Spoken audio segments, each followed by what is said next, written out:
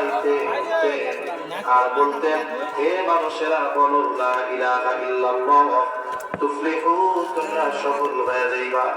নবীর গায়ে তারা সারাদিন পাথর নিক্ষেপ করেছে। পাথর নিক্ষেপের পরিমাণ কত কত কত পাথর নিক্ষেপ করেছে। পাথরের আঘাতে নবীর গায়ে জর্জরিত হয়ে রক্তপ্রবাহিত হয়েছে। দাগ কেমন ছিল আয়েশা সিদ্দিকা রাদিয়াল্লাহু তাআলা আনহা একদিন নবীর গায়ে পাথরের আঘাতের দাগ দেখে বুঝতে পারেন নাই। বলে, ইয়া রাসূলুল্লাহ, আপনার কি কখনো বসন্ত হয়েছিল নাকি? নবী বলেন, না, বসন্ত হয়নি। বলেন,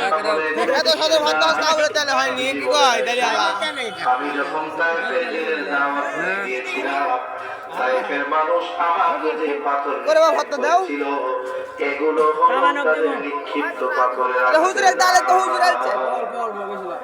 একটা হলো পাথর মারলে থেতলে যাবে, আর একটা হলো যদি পাথর ধারালো হয় তাহলে থেতলাবে না, শুধু কত হবে, রক্ত বের হবে।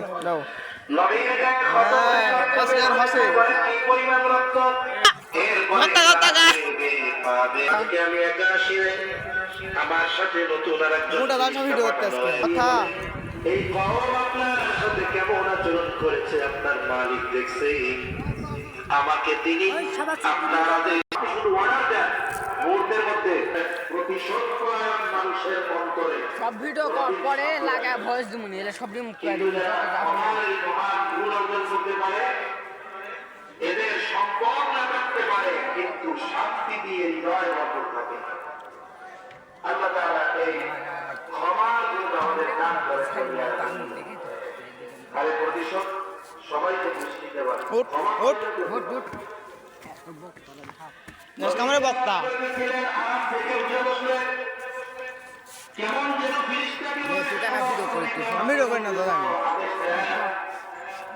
পাথর চাপা দিয়ে সাইজ দাও চিন্তা করেন তো, ভত্তা খাওয়ানো মানে সে লাগতে কেমন মায়া মহব্বত ভালোবাসা থাকলে এইরকম আঘাত প্রতিঘাতের পরেও নবী ক্ষমা করে একটা হাদিস ঘটনা বলতে গেলে অনেক বলা যায়। নবীজি আমাদের ভালোবাসেন, এ ব্যাপারে সব একদিকে রাখেন। নবীজি আমাদের ভালোবাসেন এই খবর কোরআনে জানিয়েছেন কে?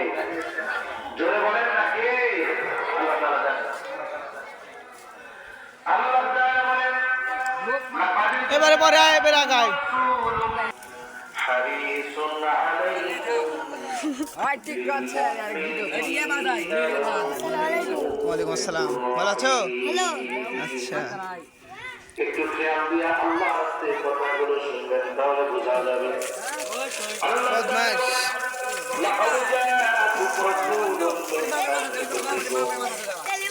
কি আছে গরমে ঢুকবে এখন ভয়েস লাগামু না, টেনশন সময় আমি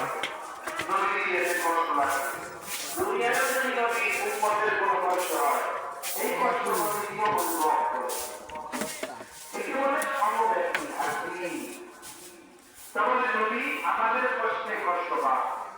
এখন কথা হলো, একজন মানুষ আর দুজনের কষ্টে কষ্ট পায় বলে পায়। জোর মাই কাম ইন যদি সম্পর্কটা গভীর হয়, এড বুঝিনে মনে করেন 1-2 বছরের একটা কি হচ্ছে না এখানে? বুঝছেন, একটা ব্লগ দেওয়া হবে তোমার চ্যানেলে, তুমি দিওনি।